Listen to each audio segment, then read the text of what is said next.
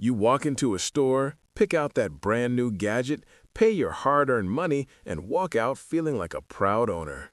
Or maybe you download a new game, stream a movie, or even buy a physical book. It's mine, you think. But what if I told you that in many cases, you don't actually own what you think you just bought? What if that feeling of full control is an illusion, carefully crafted by the very systems designed to facilitate these transactions? Today, we're diving into the surprising legal truth. You don't actually own what you bought. Here's why. This isn't about theft. It's about the intricate layers of licenses, digital rights, and intellectual property that silently govern almost everything in your life. Prepare to have your concept of ownership fundamentally challenged. This video is for educational purpose only and does not constitute legal advice.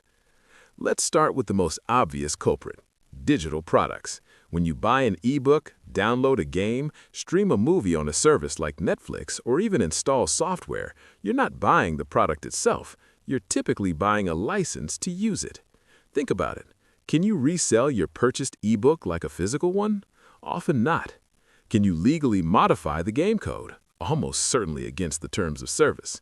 Can you keep a streamed movie forever? No, it's a temporary access.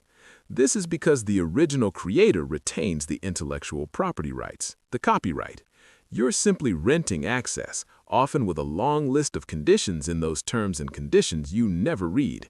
The company can update the software, change the terms, or even revoke your access if they deem you violated the license. Your ownership is entirely conditional. But it's not just digital items. The lines are blurring fast. Many physical products now come with digital strings attached. Consider your smart devices, smart TVs, smart speakers, even some modern cars. While you own the physical hardware, much of their functionality relies on software and online services that you license, not own. If the company decides to shut down its service or push an update that removes a feature, or even if your internet goes out, the smart aspects of your physical product can cease to function as you expect. Even something as seemingly solid as a tractor can have this issue, with farmers discovering they don't truly own the software that runs their machinery, limiting their ability to repair it independently.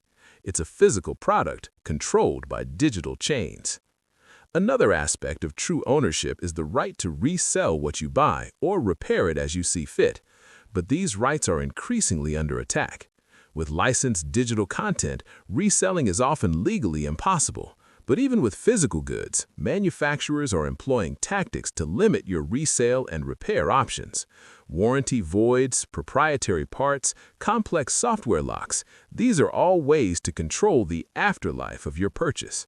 The right to repair movement is fighting for consumers' traditional ownership rights, but as it stands, many companies exert control long after the initial sale, dictating who can fix your product and what parts can be used. If you can't freely resell or repair it, do you truly own it? So what do you own? You generally own the physical object itself, if it's not purely digital, and the right to use it according to the terms of the license or sale. You own the paper of the book, but not necessarily the right to copy its contents. You own the car, but the software inside might be licensed from a third party. How can you navigate this complex landscape? Read the fine print. Understand what you're actually agreeing to. Support right to repair.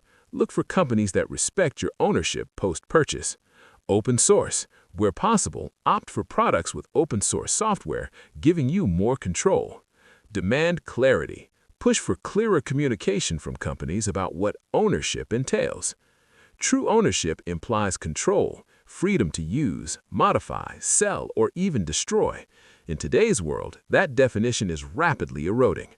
The notion of absolute ownership is a relic of a bygone era. In the digital age, we often pay full price for what amounts to conditional access. Understanding this distinction isn't just academic, it empowers you to make smarter purchasing decisions and demand better rights as a consumer. Which of these insights surprised you the most?